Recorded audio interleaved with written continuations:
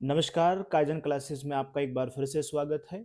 अपनी इकोनॉमी की सीरीज के छठे लेक्चर को लेकर हम आपके सामने हाजिर हैं। आज हम बात करेंगे आर्थिक नियोजन की। सबसे पहले उस चीज की जानकारी हम आपको देंगे कि आर्थिक नियोजन क्यों पढ़ना जरूरी है। देखिए, किसी भी प्रकार की परीक्षा हो, चाहे वो एक दिवसीय परीक्षा हो या वैसी परीक्षा हो जिसमें प्री और मेंस से संबंधित पेपर रहते हैं, उन सभी परीक्षाओं में प्री में भी, वनडे में भी और मेंस में भी इस टॉपिक से सवाल आता है। इसलिए इस वीडियो को आप बिना स्किप किए पूरा लेक्चर देखिए, आसान भाषा में और टू द पॉइंट पढ़ने की कोशिश करेंगे। आर्थिक नियोजन हमारा पहला टॉपिक है। हम बात कर रहे हैं आर्थिक नियोजन की। आर्थिक नियोजन जिसको इंग्लिश में कहा जाता है इकोनॉमिक प्लानिंग। आपको भी पता है कि इकोनॉमिक प्लानिंग का मतलब क्या होता है। जैसे हमारे घरों में होती है, हम अपने घरों में प्लानिंग करते हैं कि हमें इस महीने में किस किस तरीके से अपने खर्चे को मैनेज करना है, किस किस चीज़ पर हमें कितना कितना खर्च करना है। यानी हम जो अपने भविष्य की योजना बनाते हैं, जितनी भी हमारी अर्निंग हो रही है, उस अर्निंग को हम किस किस तरीके से खर्च करेंगे, वो हमारे एक महीने का, एक साल का बजट हो जाता है। उसी तरीके से अगर हम देश की अर्थव्यवस्था के बारे में बात करें, तो यहाँ भी आर्थिक नियोजन किया जाता है। क्या होता है आर्थिक नियोजन? अगर मेंस में इससे संबंधित सवाल आता है या स्टेटमेंट की फॉर्म में आर्थिक नियोजन की डेफिनेशन या उससे संबंधित स्टेटमेंट बनाता है, तो देखिए, एक डेफिनेशन हम पढ़ते हैं, पूर्ण परिभाषित लक्ष्यों को। अब यहाँ पूर्ण की तरह के हम इसको लिख देंगे, पूर्व परिभाषित लक्ष्यों को, पहले से परिभाषित लक्ष्यों को प्राप्त करने के लिए संसाधनों का कैसा इष्टतम ढंग से प्रयोग करने की प्रक्रिया ही क्या कहलाती है? आर्थिक नियोजन कहलाती है। क्या कहा? जो पहले से डिसाइडेड हमारे टारगेट्स हैं, उनको अचीव करने के लिए रिसोर्सेज को क्या करना है? मैक्सिमम यूटिलाइजेशन करना है। ये प्रोसेस ही क्या कहलाता है? आर्थिक नियोजन कहलाता है। चलिए, आर्थिक नियोजन की अगर हम बात करें कि दुनिया में आर्थिक नियोजन की शुरुआत कहाँ हो रही है, तो आर्थिक नियोजन का प्रारंभ होता है यूएसएसआर में, जिसको आज हम रूस के नाम से जान रहे होते हैं। बेसिकली यूएसएसआर में तो कई सारी कंट्रियां थी, पर सबसे बड़ी कंट्री रूस उससे अलग हुई थी। तो रूस के, अगर रूस नाम का वहां पे ऑप्शन मिलता है, तब भी आप उसके साथ में जा सकते हैं। सबसे ऑथेंटिक आंसर तो यूएसएसआर ही रहेगा कि यूएसएसआर ने दुनिया में आर्थिक नियोजन यानी इकोनॉमिक प्लानिंग की शुरुआत की थी। कब की थी शुरुआत? 1928 में। 1928 में यूएसएसआर ने इकोनॉमिक प्लानिंग स्टार्ट किया। भारत की बात करें कि भारत ने यूएसएसआर को, भारत ने आर्थिक नियोजन को कहां से एक्सेप्ट किया, तो भारत ने यूएसएसआर अर्थात रूस से ही इस योजना को लिया था, इस आर्थिक नियोजन के तरीके को ग्रहण किया था। नेक्स्ट है आर्थिक नियोजन का जो कॉन्सेप्ट है। चलिए, भारत ने आर्थिक नियोजन का कॉन्सेप्ट ले लिया, फिर आर्थिक नियोजन भारत में हमें कहाँ देखने को मिलता है, अर्थात कौन से कानून की किताब में है, किस जगह पे लिखा है, उसके बारे में बात करते हैं। यहाँ से पॉलिटी और इकोनॉमी में दोनों में सवाल बनता है कि जो इकोनॉमिक प्लानिंग नाम का जो टॉपिक है, वो संविधान की किस सूची में दिया गया है? समवर्ती सूची में दिया गया है, जिसको इंग्लिश में कहा जाता है कंकरेंट लिस्ट। अब यहाँ पे एक बात हम अलग से जान लेते हैं। आपको पता है कि संविधान में 12 अनुसूचियां हैं हमारे पास। कितनी अनुसूचियां हैं हमारे पास? संविधान में 12 अनुसूचियां बनाई गई हैं। इन 12 अनुसूचियों में जो 7th नंबर की शेड्यूल है, उस 7वीं अनुसूची में 3 सूचियां दी गई हैं, 3 लिस्ट दी गई हैं। एक को हमने कहा स्टेट लिस्ट, अर्थात इसको हम कहेंगे राज्य सूची। दूसरी को हमने कहा यूनियन लिस्ट, अर्थात इसको हम कहेंगे संघ सूची। तीसरी को हमने कहा कंकरेंट लिस्ट, इसको हम कहेंगे समवर्ती सूची। तो कहाँ पे दिया गया है? समवर्ती सूची। आपको जानकारी होगी कि समवर्ती सूची में जो विषय दिए रहते हैं, उन पर सेंटर भी कानून बना सकता है और उन पर स्टेट भी कानून बना सकता है, और बाकी में तो दोनों, सेंटर में सेंटर और स्टेट में स्टेट कानून बनाता है। आई होप यहां तक की चीजें क्लियर होंगी। तो अगर क्लियर हैं तो आगे बढ़िए। आजादी के बाद में, आजादी के बाद में इस इकोनॉमिक प्लानिंग को लागू करने के लिए एक समिति बनाई गई, केसी नियोगी समिति। उन्होंने, उनसे पूछा गया कि आप हमें इस तरीके से रिसर्च करके, इस पे जानकारी करके एक बात बताइए कि आर्थिक नियोजन को हम देश में किस तरीके से लागू कर सकते हैं। तो केसी नियोगी समिति की सिफारिश के आधार पर योजना आयोग बनाया। उन्होंने कहा कि एक आयोग होना चाहिए, एक कमीशन होना चाहिए, एक बॉडी होनी चाहिए जो आर्थिक नियोजन को प्रॉपर वे में उसको देखता रहे। तो एक योजना आयोग बनाया गया। किसकी सिफारिश पर बनाया गया? केसी नियोगी समिति की सिफारिश पर। योजना आयोग की स्थापना कब करी? इसकी स्थापना होती है 15 मार्च 1950 को। यहां से डायरेक्ट सवाल आपको देखने को मिलेगा कि योजना आयोग कौन सी समिति की सिफारिश पर बना, कब बना, बताइए। आर्थिक नियोजन भारतीय संविधान में कहां देखने को मिलता है? तो आप बताएंगे समवर्ती सूची में उसका वर्णन किया गया है। अगर हम बनाए गए योजना आयोग के उद्देश्य की बात करें तो योजना आयोग का मेन काम था आर्थिक समृद्धि यानी इकोनॉमिक ग्रोथ और विकास यानी डेवलपमेंट के लिए क्या बनाना? प्लानिंग करना, उसके लिए योजना बनाना। ये योजना आयोग का उद्देश्य था। मेंस में इस तरीके की चीजों को आप जरूर कोट करते चलेंगे। हाल फिलहाल में उत्तराखंड में लोअर पीसीएस की परीक्षा आई हुई है। यूपी में भी अभी कुछ दिनों के बाद में उत्तर प्रदेश की मुख्य परीक्षा होगी पीसीएस की।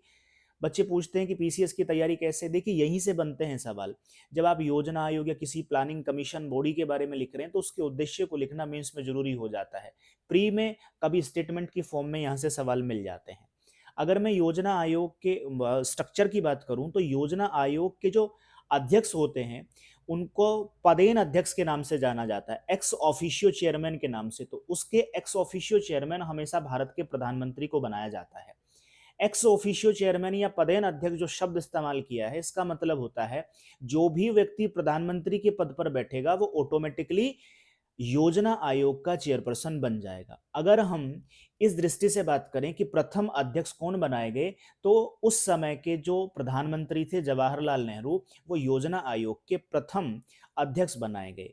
आपको पता है कि 2015 में एनडीए गवर्नमेंट ने योजना आयोग को समाप्त करके उसके स्थान पर नीति आयोग को ला दिया है। तो अब हम बात कर सकते हैं कि योजना आयोग के जो अंतिम अध्यक्ष हैं वो कौन रहे, यानी उस समय प्रधानमंत्री कौन रहे? तो आप जानते हैं प्रधानमंत्री नरेंद्र मोदी योजना आयोग के अंतिम अध्यक्ष। तो पहले और अंतिम आपको जान लेना है, बीच में आपको इसमें कोई जानकारी नहीं जुटानी है। नेक्स्ट पॉइंट है जिस पे आप ध्यान देके चलेंगे, योजना आयोग किस प्रकार की बॉडी है? इस तरीके के सवाल आए हैं। योजना आयोग एक नॉन कॉन्स्टिट्यूशनल बॉडी है, अर्थात जिसको हम कहते हैं गैर संवैधानिक निकाय है। गैर संवैधानिक निकाय होने का मतलब है जिसका संविधान में कोई जिक्र नहीं है। आपको तीन शब्द बार बार परेशान करेंगे अगर ये आपके क्लियर नहीं है। एक होता है जिसको हम कहते हैं संवैधानिक यानी कॉन्स्टिट्यूशनल, एक होता है जिसको हम कहते हैं गैर संवैधानिक, और एक होता है जिसको हम कहते हैं सांविधिक। संवैधानिक, गैर संवैधानिक और एक सांविधिक। देखिए, जिसका जिक्र संविधान में है अर्थात जिससे संबंधित संविधान में कोई अनुच्छेद, कोई सूची, कुछ बनाया गया है, उसको कहेंगे कि वो बॉडी या जो भी है वो कमीशन, वो संवैधानिक है, कॉन्स्टिट्यूशनल है। जिसका संविधान में कोई जिक्र नहीं है उसको हम कहेंगे कि वो गैर संवैधानिक है। कई बार यहाँ आप कंफ्यूज हो जाते हैं, गैर संवैधानिक को आप असंवैधानिक कह देते हैं, जो कि गलत बात है। गैर संवैधानिक होने का मतलब है जो संविधान में जिक्र नहीं है, असंवैधानिक होने का मतलब है जो संविधान की दृष्टि में गलत है। तो ध्यान रखना है, योजना आयोग गैर संवैधानिक है, संविधान की दृष्टि में गलत नहीं है। पर तीन तलाक कहना असंवैधानिक है सुप्रीम कोर्ट के अकॉर्डिंग, यानी वो गलत प्रैक्टिस है। तो दोनों में आपको आई होप अंतर समझ में आ गया होगा। अब बात करते हैं सांविधिक की, जिसको हम स्टैट्यूटरी बॉडी कहते हैं। सांविधिक का मतलब होता है ऐसी बॉडी, ऐसा आयोग, इस तरीके की एंटिटी, कोई भी बात करे, यानी एक ऐसा आयोग या एक ऐसी बॉडी जिसका निर्माण कोई कानून बनाकर किया गया हो, जैसे एनजीटी, नेशनल ग्रीन ट्रिब्यूनल। इसका निर्माण जो है 2010 में कानून के माध्यम से किया गया था, इसलिए एनजीटी कैसी बॉडी हो जाती है? सांविधिक बॉडी हो जाती है। आपको इस तरीके के सवाल पूछता है तो आप जाकर के चेक करेंगे कि और कौन कौन सी बॉडी भारत में सांविधिक बॉडी की कैटेगरी में आती है, अर्थात स्टैट्यूटरी बॉडीज हैं। तो ये कैसा निकाय हो गया? हमने कैसा निकाय बताया? ये गैर संवैधानिक निकाय है। होता क्या है, एनडीए गवर्नमेंट आती है 2014 में मई में। 15 अगस्त 2014 को नरेंद्र मोदी ने नीति आयोग की घोषणा की। किसके स्थान पर की नीति आयोग की घोषणा? योजना आयोग की समाप्ति के बाद में नीति आयोग की घोषणा हो जाती है। ये 15 अगस्त है। इस समय लाल किले पर झंडा फहराते हुए ही ये घोषणा हुई थी 15 अगस्त 2014 को, और कि इसकी जगह पे अब नीति आयोग बनाया जाएगा। अब हम बात कर लेते हैं व्हाट इज नीति आयोग। यहाँ से आपका एक सवाल जरूर पूछेगा, 101% यहाँ से एक सवाल आपको देखने को मिलता है। किसके बारे में बात कर रहा है? नीति आयोग के बारे में। पहली बात, नीति आयोग की फुल फॉर्म आपको पता होनी चाहिए। क्या है full form? National institution for transforming India. देखिए, जब उसको सवालों में कंफ्यूज करना होता है तो स्पेलिंग में बहुत छोटी छोटी सी मिस्टेक करके या थोड़ा सा चेंजेस करके वो आपसे फुल फॉर्म पूछता है, और कई बार पूछा गया है। अगर आप पीवाईक्यू चेक करते हैं तो आपको इस तरीके के सवाल देखने को मिलेंगे। कभी सेबी की फुल फॉर्म पूछता है, कभी नीति आयोग की फुल फॉर्म पूछेगा, कभी यूआईडी की फुल फॉर्म पूछेगा, इस तरीके से फुल फॉर्म पूछता है। नीति आयोग की क्या फुल फॉर्म है? National institution for transforming India. अगर मैं हिंदी में बात करूं, राष्ट्रीय भारत परिवर्तन संस्थान। हिंदी मीडियम वालों को दोनों चीजें याद रखनी है, इंग्लिश मीडियम वाले केवल national institution for transforming India पढ़ के काम चला सकते हैं। कब होता है इसका स्टैब्लिशमेंट, स्थापना कब होती? 1 जनवरी 2015। देखिए, घोषणा कब हुई थी? 15 अगस्त 2014 को।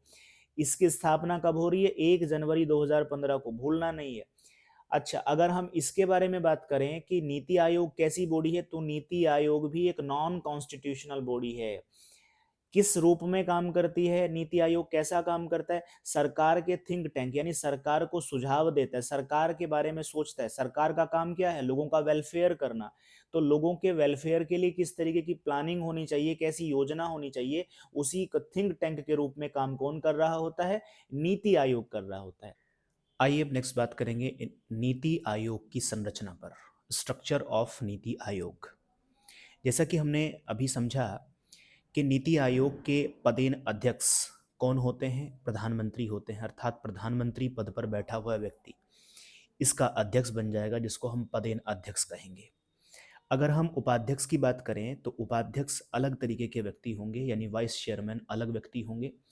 प्रथम उपाध्यक्ष किसको बनाया गया था? अरविंद पनगड़िया। अरविंद पनगड़िया को हाल ही में एक कॉन्स्टिट्यूशनल बॉडी का हेड बनाया गया है, जो कि बड़ा महत्वपूर्ण है अगले 5 सालों के लिए। तो आप जरा मुझे बताएंगे कि अरविंद पनगड़िया की अध्यक्षता में कौन सी आयोग या कौन सा समिति बनाई गई है, जरा उस पर मुझे आप कमेंट सेक्शन में बताइएगा।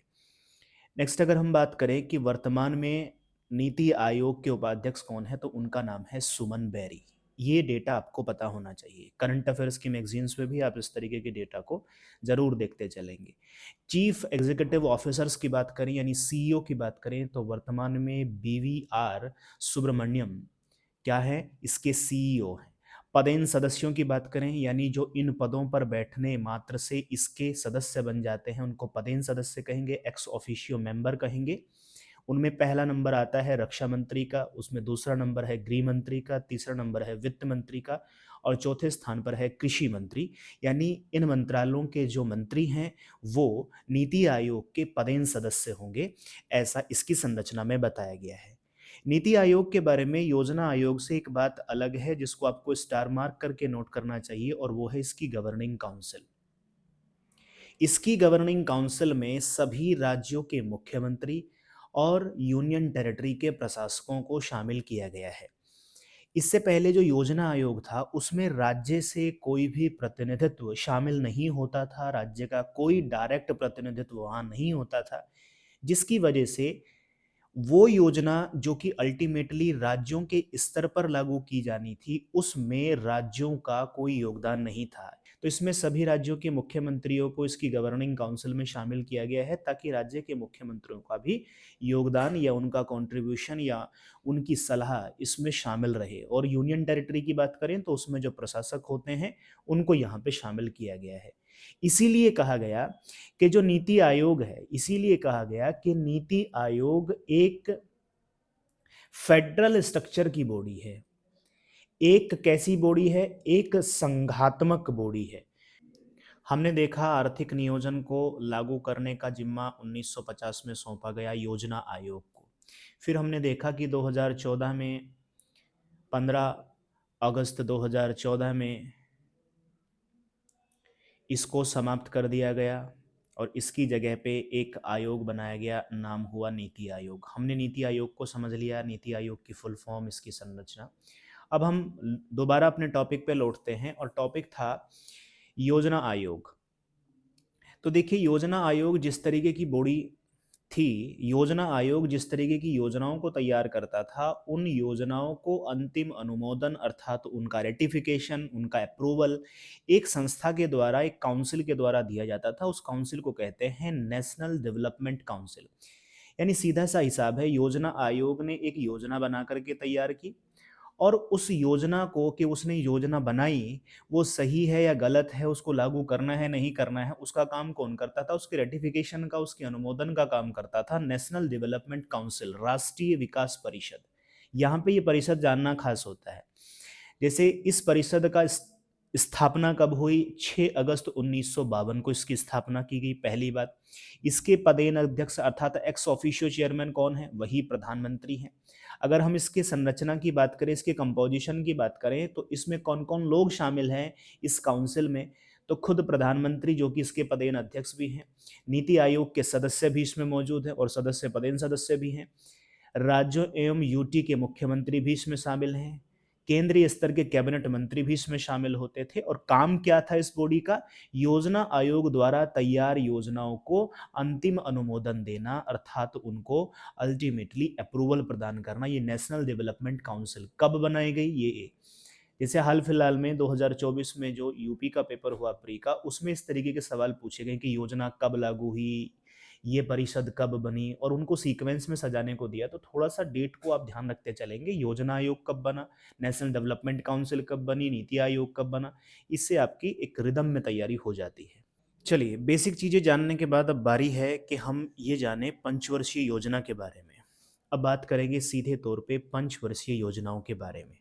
5 ईयर प्लान जिसको हम कहते हैं, पंचवर्षीय योजनाएं। अगर हम पंचवर्षीय योजनाओं के इतिहास के बारे में जानना चाहें, तो सबसे पहले एम विश्वेश्वरैया ने 1934 में अपनी एक पुस्तक में, जिसका नाम है the planned economy for India, Bharat के लिए नियोजित अर्थव्यवस्था, उसमें पंचवर्षीय योजनाओं का जिक्र किया। हम ये भारत में बात कर रहे हैं, ये तो हमें पता है आर्थिक नियोजन या पंचवर्षीय योजनाओं की शुरुआत जो है 1928 में हो जाती है यूएसएसआर के स्तर पर, और भारत उसको वहीं से एक्सेप्ट भी करता है। अब हम पंचवर्षीय योजनाओं को भारत के संदर्भ में समझेंगे, और भारत के संदर्भ में अगर हम इसकी हिस्ट्री की बात करें, तो एक इंजीनियर हैं एम विश्वेश्वरैया, 1934 में एक किताब लिखते हैं और उस किताब में पंचवर्षीय योजनाओं के बारे में एक बात बताते हैं। किताब का नाम आपके लिए खास हो जाता है the plan economy for India, Bharat के लिए नियोजित अर्थव्यवस्था। अभी तक हम कई सारी किताबों के बारे में पढ़ चुके हैं, मैं यहाँ रिकॉल कराता हूँ। सबसे पहले हमने पढ़ा था द वेल्थ ऑफ नेशन, शायद आपको पता होगा किसकी किताब है, एडम स्मिथ की किताब है। इसके बाद में हमने पढ़ा था दास कैपिटल। दास कैपिटल किसकी किताब है? ये किताब है कार्ल मार्क्स की। इसके अलावा कई सारी किताबों का हमने यहाँ पे जिक्र किया है, और एक किताब अभी आप देख रहे हैं the plan economy for India. जैसे दादा भाई नौरोजी की एक किताब है the poverty and unambitious rule in India. इस तरीके से कई सारी किताबों का जिक्र हम कर चुके हैं। आई होप आप पिछली की वीडियो को सही से देख के नोट करते जा रहे होंगे, नहीं किया है तो एक बारी जाके पुरानी किताबों को देख सकते हैं। चलिए, हिस्ट्री में हम आगे बढ़ते हैं कि कांग्रेस इसको कब एक्सेप्ट करती है। तो 1938 में, 34 में इन्होंने बताया, 1938 में कांग्रेस का एक हरिपुरा अधिवेशन हुआ। आपको पता है कि कांग्रेस का हर साल एक अधिवेशन होता था, कांग्रेस का हरिपुरा अधिवेशन हुआ। उसमें राष्ट्रीय नियोजन समिति की स्थापना की गई, राष्ट्रीय नियोजन समिति की स्थापना की गई, और उस समिति के अध्यक्ष बनाए गए नेहरू को। किसको बनाया गया? अध्यक्ष नेहरू को बनाया गया। इस समय अगर हम इस कांग्रेस के हरिपुरा अधिवेशन के बारे में देखेंगे, तो यहाँ पे सुभाष चंद्र बोस कांग्रेस के अध्यक्ष हैं, इस अधिवेशन के अध्यक्ष हैं, पर राष्ट्रीय नियोजन समिति का अध्यक्ष किसको बनाया गया है? नेहरू को बनाया गया। ये बात मैं यहाँ इसलिए बता रहा हूँ क्योंकि एक ही एस्पिरेंट है, उससे जीएस पूछा जाता है। तो जीएस में आप इकोनॉमी में ये चीज़ देख रहे हैं, हिस्ट्री में वो चीज़ देख रहे हैं, तो आपके दिमाग में कन्फ्यूजन हो सकता है। तो ये कन्फ्यूजन नहीं रखना है। सुभाष चंद्र बोस जो है वो कांग्रेस के हरिपुरा अधिवेशन के अध्यक्ष हैं, और राष्ट्रीय नियोजन समिति जो इस अधिवेशन में बनाई गई उसके अध्यक्ष जवाहरलाल नेहरू रहे। सीधे पहली पंचवर्षीय योजना पे लौटते हैं। यहां से आपको टू द पॉइंट सवाल देखने को मिलेगा।